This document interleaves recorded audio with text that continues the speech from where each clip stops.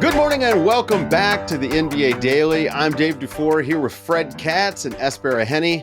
Special podcast. We're talking top 25 of the century. That's since 2000. Guys, the list just came out on The Athletic. I don't know. Off the top of your head, anything controversial here that you want to scream about, like yell at the clouds? Controversial. I don't know. It's kind of hard to be controversial about a top 25. No, I'm kidding. It's very easy to be controversial about a top 25 list. I think, you know what, Dave? I want to get right to it with LeBron and Steph Curry. Oh. Because I know you have takes. I know you have thoughts and opinions on the whole LeBron and Steph 1 and 2. Because that's what it ended up being. LeBron James number 1, Steph Curry number 2, Tim Duncan number 3, Kobe Bryant number 4, and Jokic number 5. Yeah. How do we feel about the top 5 in there? I mean, I think that's probably about right on the top 5. Although Jokic and Kobe is an interesting conversation to me for that 4 and 5 spot. And I will get into that in a minute because we'll talk rings. But with Steph and LeBron and Fred, like, you know, we've done this together for a few years. Like, you kind of know my opinion here. I put Steph number 1. And the reason is because he caused an evolution of the sport at every single level. And he's the most dangerous person to ever step on an NBA basketball court, ever. You have to guard him 94 feet. I just, defense is running scared the moment the game starts, every second he's on the court.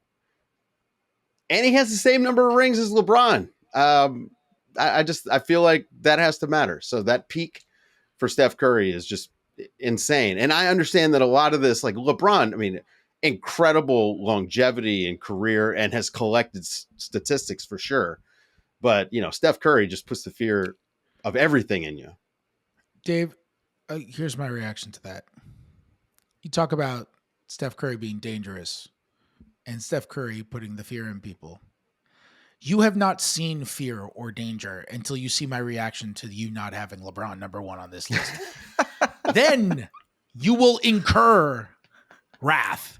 That is when you will finally understand what fear is. Thank you, next Fred. time I see you in person, and you're not going to be saved by the fact that we're over just some digital universe and I can actually go at you. It's crazy, Dave. Steph is awesome. He's great. He's yada yada. He's the best. I think the same Steph as everybody else. Yeah. LeBron is one of the 2 best players of all time, maybe the best player of all time. Certainly has done it in terms of longevity. He is the best player ever to touch basketball. I would agree with that. Racking up stats. You're talking about him that was like disrespectful. That was racking disrespectful. up stats. You're talking about him like he's Monte Ellis. Are you kidding me? That was a little disrespectful. Okay. My goodness. Yeah, that was ridiculous. The guy's been to the finals 900 times. That's an actual stat. Yeah. 900 times he's been to the finals. That's Steph is the best shooter of all time. Yeah, he caused a revolution. LeBron caused everybody to lose their minds because nobody knew that a guy this athletic could also be this skilled and this great of a passer and this much of a genius on the court. On his way to apparently just racking up stats. One of those stats is being the all-time scoring leader. Yeah, but he's racking up stats. He's racking up stats. He's like 2023 Nikola Vucevic, you know? Like, he's just racking up stats. Like, come on, man. That's I agree with that. Hey, no, for real. He has had also, the greatest LeBron, career from a longevity standpoint, maybe of anybody in any sport ever. It's like him and Tom Brady, right? LeBron at his peak was a premier defensive player. Yeah, absolutely. He was feared. Game changer. Yeah. You talk about fear. He was feared. A game changer defensively. Like, low man LeBron in Miami was like, holy crap. This dude is insane, just in passing lanes as a weak side help defender. He could switch on to anybody, like in an era when like no one could switch on to anybody. Like, prime LeBron defensively was ridiculous, was an all defensive caliber guy. Steph is solid. Sure. Solid. Yeah. Totally solid. Handsy, super smart, good positional defender, pretty good around screens. Great rebounder. not as good of a rebounder as LeBron. Well, definitely not. Yeah. Okay. So, come on, man. I'll also just add that like there's probably no player in NBA history that has met and exceeded expectations like LeBron James. Oh, Like, yeah, he was definitely from not. day one touted as the chosen one, and somehow, some way exceeded all those expectations to become the one or two greatest players of all time. Like, that's something, but it's, you know? It's funny to talk about the top 25 of the 2000s, and LeBron has basically been it. You know what I mean? Like, it's his run the entire century, and it doesn't even look like it's going to end at any point. Although, you know, at this point in the season, like, we haven't seen him yet. But that in and of itself is pretty incredible. And of course, like, part of the reason why, you know, it's hard to argue, even when people say, okay, LeBron is better than Michael Jordan, right? Mm-hmm. Even that argument, I don't argue against it anymore because of the career that he's put up. Tim Duncan 3, I think, like, makes just a ton of sense. You know, he won everything that you could win. Obviously one of the greatest defensive players ever. The difference between Kobe at 4 and Jokic at 5, guys, how are you feeling there? I feel good about it. Longevity matters. Championships matter too. Championships absolutely matter. I know it's become this sort of meme in our extremist culture of like championships.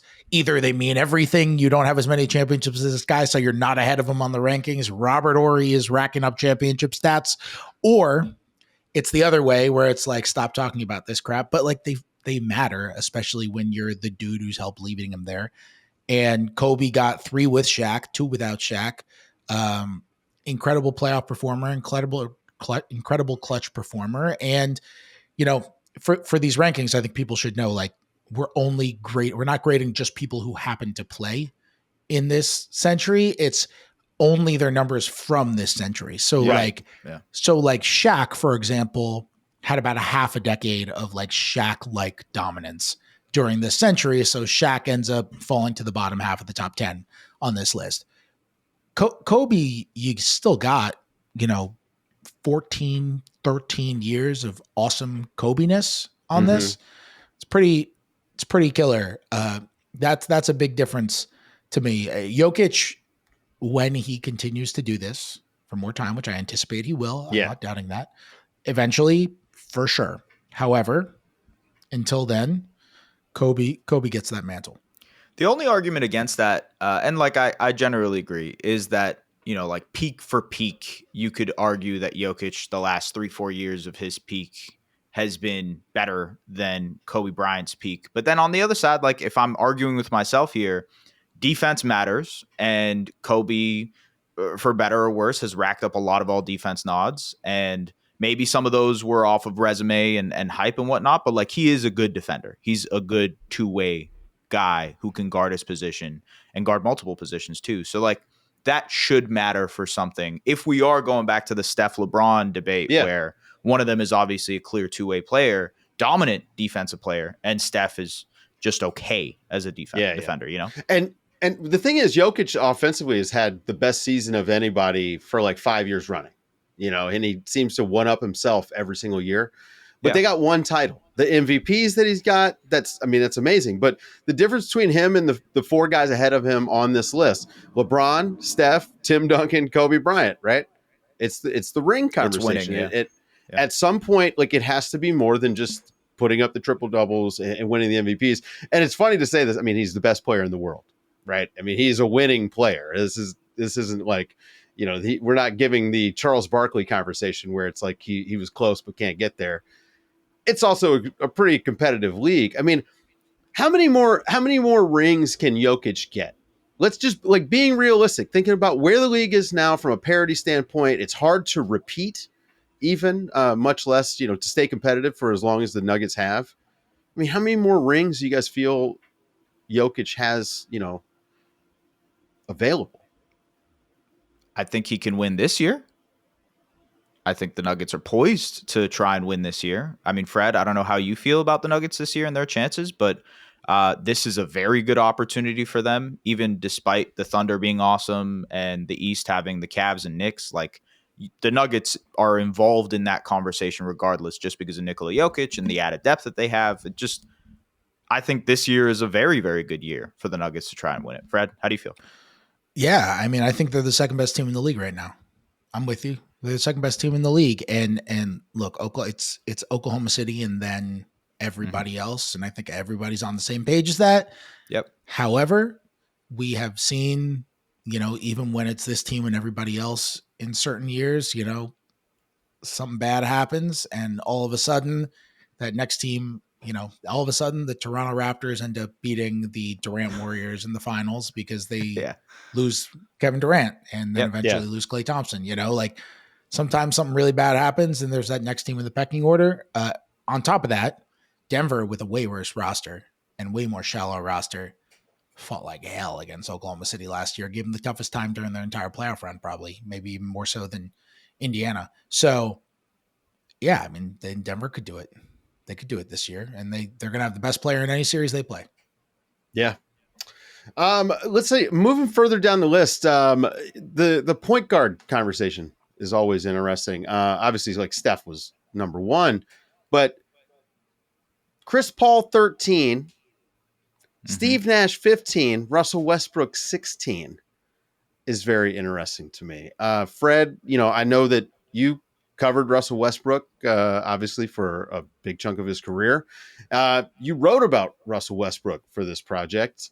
How do you feel about Russ being 16 there? Obviously, it's like the triple-double guy. I mean, we know about the numbers. MVP? I think it makes sense given the extreme opinions that he tends to invoke. Yeah. I think probably no one is happy with Russ being at 16, which is exactly the way it should be. I think half the people are probably like, how is he not top 10? He averaged a triple-double in 4 different seasons. In the history of the NBA, all other players have combined to do that twice. He did it when no one ever thought he was going to be able to do it. He just said the other night in a press conference, he's the best rebounding guard of all time. And maybe that sounds cocky. Is he wrong? He's certainly justified in feeling that way if he wants to feel that way. Yeah, of course. Yeah.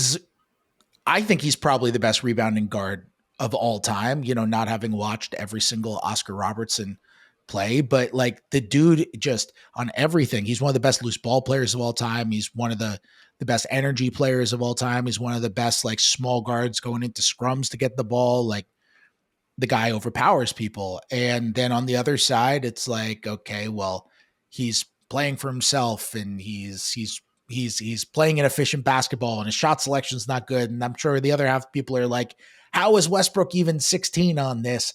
How is he even 16? No titles, couldn't make it into the conference finals on his own. Like, how is he doing this? Or past the first round on his own, I should say. And so I think him being at a place where everybody is probably unhappy with it is absolutely perfect because it pretty much encapsulates the way the conversation around him has been for a very long time.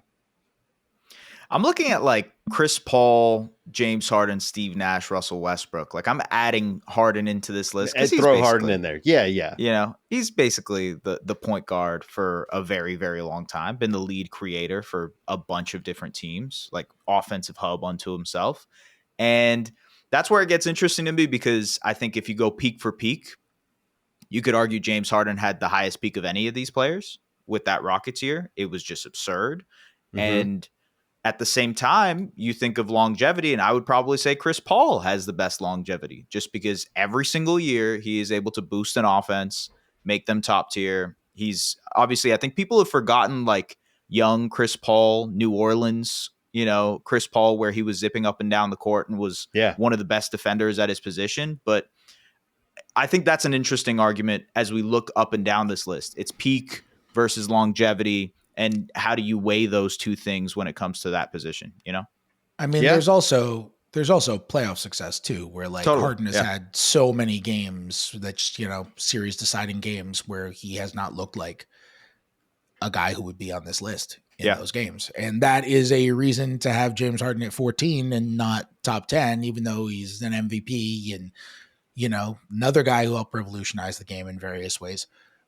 If I assume that Dave had Nash number 2 on his list because he also revolutionized the game in terms of I also just had turning the entire Nash league into a number spread two. To be pick and roll fair, league. Mike D'Antoni revolutionized the game, and Steve Nash was the tool that he used to. Okay, so then Steve Kerr So revolutionized the game.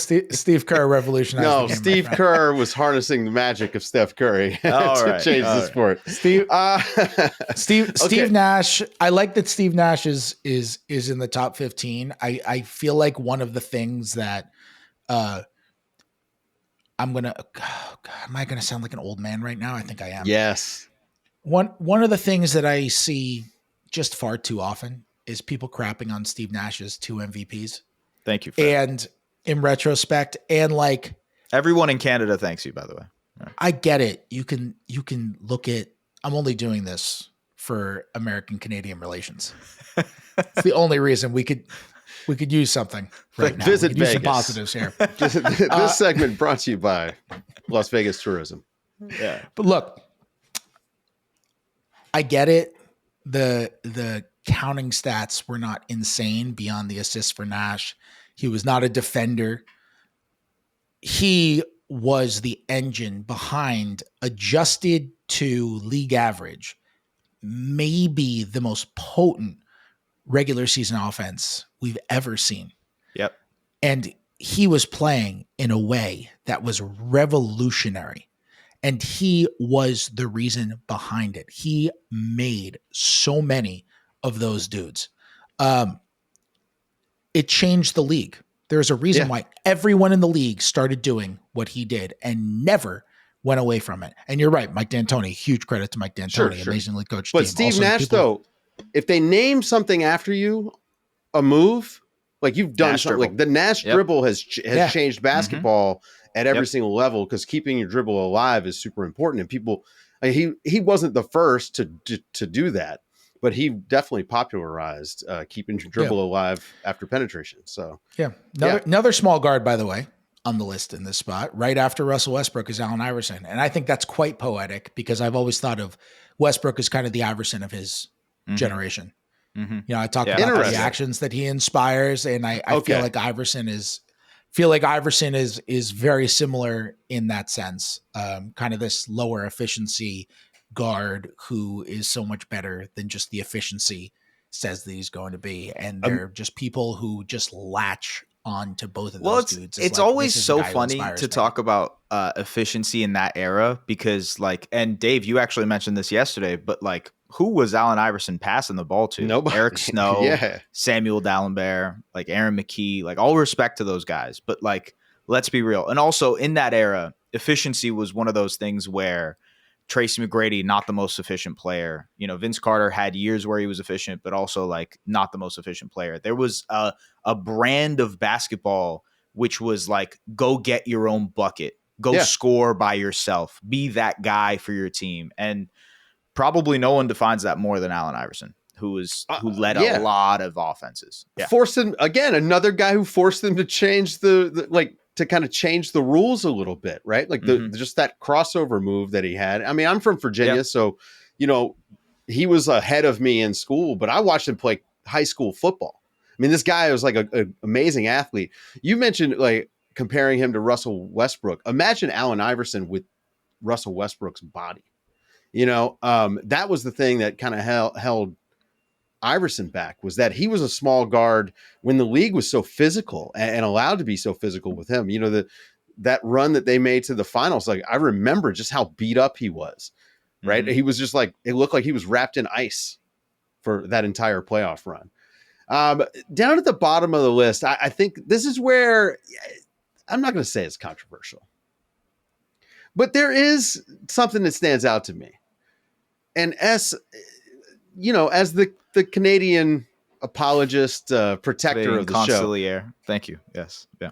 It is odd to me that Luka is 19 and Shai is 25. Yeah, I totally agree with you. I really love watching Luka Doncic play basketball, so I will preface it with this. Unreal start to his career, 5-time first team All NBA member. That's ridiculous. But at the same time, Luka has not had a season, and this is why it goes back to peaks, right? Luka has not had a season like SGA had last year. Led the league in scoring, MVP, one of the best mid-range seasons of all time, arguably since Jordan. He obviously got the Finals MVP. Western Conference Finals MVP was Jalen Williams, I believe. Actually, no, SGA won Western Conference Finals MVP as well. Basically, a clean sweep for Shai. A perfect season in all regards, and he led one of the best teams, 68 wins. So I think it's clear cut that Shai should be above Luka on this list, even though, as we stand right now, this season, you could argue Luka is a better player than SGA. And I would be fine with you having that argument and saying, well, look at the offensive output, the playmaking, et cetera, et cetera. Fine. That's cool.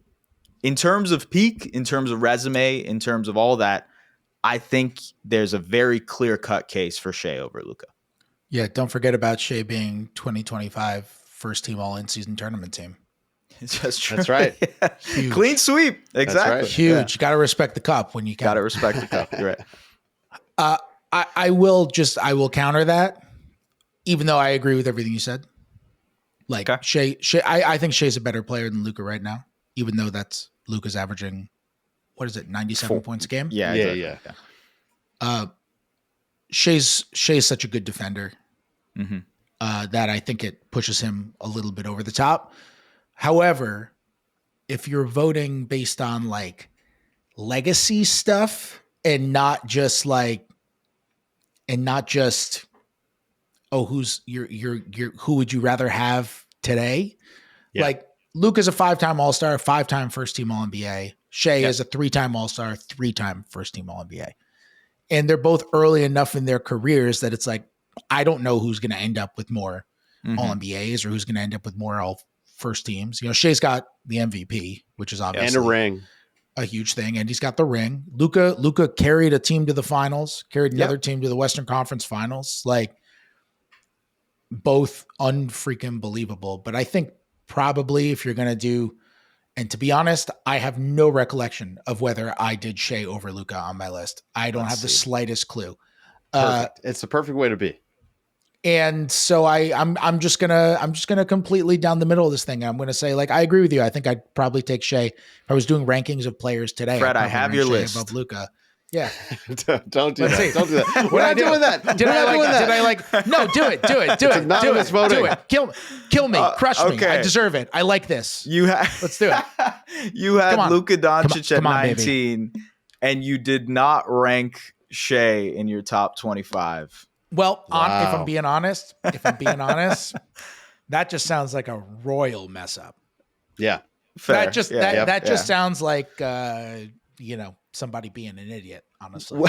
That's incredibly I'm going to give you the benefit of the doubt and say it's a hard thing to do. Okay. It is really hard. Don't give me the benefit of the doubt. And we all voted, by the way. S also voted. Yes. Zena got a vote. Andrew Schlecht got a vote. I mean, we were all part of this project, and it was hard. It was very hard. I mean, and again, you're going to wind up leaving someone off accidentally. It was just funny that like we got to the point where I probably left off Shai. I think I probably left off Shai just because of the sample. That was probably why. Yeah. And because we have the larger sample with Luka. Like Shai was putting up numbers on tanking teams and missing some games here and there on those tanking teams. Yeah. He was very good during his first year with OKC. That was like the Chris Paul, Dennis Schroeder year, but he wasn't like an unbelievable all-star level player yet. He was just sprouting into that. Whereas like Luka by his second season was all NBA. So now I'm going to justify it. I'm going to say Luka. Well, we also, what are you guys Luka talking about? Should he even be on this list? Should he even be on this list? Would you even put him on this list? Are you kidding me? How would we even put him on here? Luka probably is a basketball Hall of Famer already, right? Like he had a really kind of like an amazing few years in Europe as a pro before he came over. I think there's a little bit of that too. Like he feels older. There's a little bit of that bias, like so much. By the older. way, if Luka ends up winning MVP this year and the Lakers make an incredible run to the finals or something like that, I mean, this immediately changes. It completely invalidates my SGA argument. Here, it's close, but I appreciate that having a ring and an MVP puts Shai ahead of Luka. I agree with you, Ass. Speaking of people who just missed the cut or maybe were forgotten, there were a bunch of players, obviously, who were honorable mentions. If you're cutting down a list of 25 guys, it's going to leave some folks off. And starting with 26, Joel Embiid at 26, but Draymond Green at 27 to me. We left him off, guys. This is the greatest defender of his generation. Again, another person who caused an evolution in the sport, right? His ability to play, right? I mean, and let's not forget the contributions on offense. I know, it's very easy to say, well, he's a non-factor, but the truth is, what he does offensively allows Steph to do so many of the things that he does because of his playmaking and whatnot. I do think Draymond Green is one of the 25 best players of this century so far. No arguments. Sure. Perfect. Yeah, I agree. That's fine. Let's put 30 guys on the top 25. 30 in the top 25. Well, spiritually, that's why perfect. Not? I have 8 guys in my Gilgeous Alexander is not there. Anti-Canadian bias right here. Any of these guys that you feel like outside of Draymond that we probably forgot? Tracy McGrady right there, Manu Ginobili, Pau Gasol. Yeah. Manu is one of those weird ones, right? Because obviously never got any of the accolades, but very clearly a wildly talented player. Probably could have got more accolades on a different team. Probably would have been a starter and consistent all-star on a different team, but just chose to buy into what the Spurs were doing. And you could argue that for some years that they won those championships, he was their second best player. So it's hard to look at the resume with Manu, knowing he was just such a good player. And very clearly, talent-wise, you could argue him over Melo. You could argue, I would at least, you know what I mean? You could argue him over some of these other guys. It's just, the talent was clearly there for Manu to be a top 25 player. I guess he just didn't go about it the way that most people conventionally want to. Yeah. The last person who got a vote, okay? This is the bottom of the barrel, but got a vote. Vince Carter. Not bad. That's about right. It's like an honorable mention. Yeah. I mean, Vince Carter was freaking awesome. Yeah. Yeah. Vince Carter was, I'll say this, if Vince Carter were on this list and we were just scrolling through it, and I was just looking at stuff, because obviously I have no idea what I'm talking about with any of this.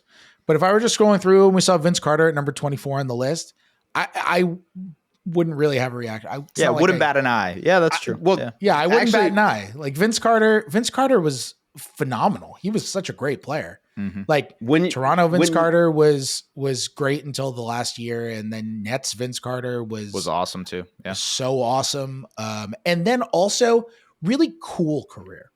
One of the rare guys who just immediately put aside the fact that he was a legit superstar, both in terms of just all-star appearances and dunk contests and all of that, and also in terms of fame. He was so famous and so popular and so exciting, and just kind of put that aside to become this legit awesome late career role player, which is really hard to do.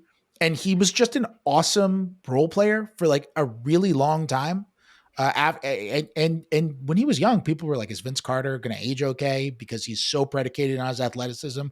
Meanwhile, he had one of the most graceful aging curves of any of the stars of this generation. Look, you look at what happens with some stars. Obviously, I'm defending Kobe as top 4 on this list, but you look at what happened when Kobe got old, and after Kobe tore the Achilles, and he comes back, and it's this guy is not the same dude. He's not the same scorer, but he's still playing the same way. And now it's to the detriment of winning. And Vince Carter, Paul Pierce, very similar. Like these guys figured out, you know what, I'm going to fit in here in this way. And just became these, Tim Duncan, obviously. It's the Grant Hill career path, really, with Vince Carter, right? Mm-hmm. Grant Hill, after the ankle injuries, he went to Phoenix and got into the groove of being like this super sub. Nick Batum, right, is doing this very similar. But it's different. But Nick Batum, I agree. It's different when you're a star. Yes, it's different when you're a star because so much of it is about personality and ego, right. And so and I don't even mean that in a bad way. Like if you're unable to do it, doesn't mean you're like a bad person or a bad teammate. Even it just means that like you have been doing something one way your entire life, and it has worked as amazingly as you could have ever imagined. You've gotten everything you've wanted. You've gotten accolades and you've gotten money and you've gotten everything you could ever possibly want out of this and a million times more. And now all of a sudden people are telling you, you know what, you can't do things the way that you used to do things. And you're probably like, oh, I was told when I was a kid I couldn't do things like this and I'm still going to do it. And like the ability to have that sort of awareness and be able to adjust is very rare in human beings, not in basketball players, just in human beings. And the ability to be able to do that and be able to adjust after you've been doing something for decades that has worked unbelievably and to have that recognition to change is extremely rare. And it's always cool in a guy's legacy when you see that kind of stuff happen. Yeah. And you guys got any closing thoughts before we get out of here? I guess I'll just say 6 players didn't win MVP, but made it onto that top 25 list. If we're doing 25 years, you would argue, 25 MVPs, but no, 6 players. Dwayne Wade. Well, some guys Paul won Pierce. multiple times. Yeah, we have repeat MVPs. Yeah, I know. But still, it also didn't consider the multiple times thing. I will take away that idiot comment. I will go away with that. It's all right. It's the exchange rate north of the border. Exactly. Yeah, you're right. Yeah. Awesome. Well, hey, this was a lot of fun. Guys, go and check this out over at The Athletic. There's an article for every person. And I mean, it's all your favorite writers at The Athletic and Fred Katz. So definitely go and check this out. Thank you, Fred, for hanging out with us. It's always a pleasure. Thanks to S. Baraheni, of course, as always. I'm Dave DuFour. This has been the NBA Daily. Thanks for waking up with us.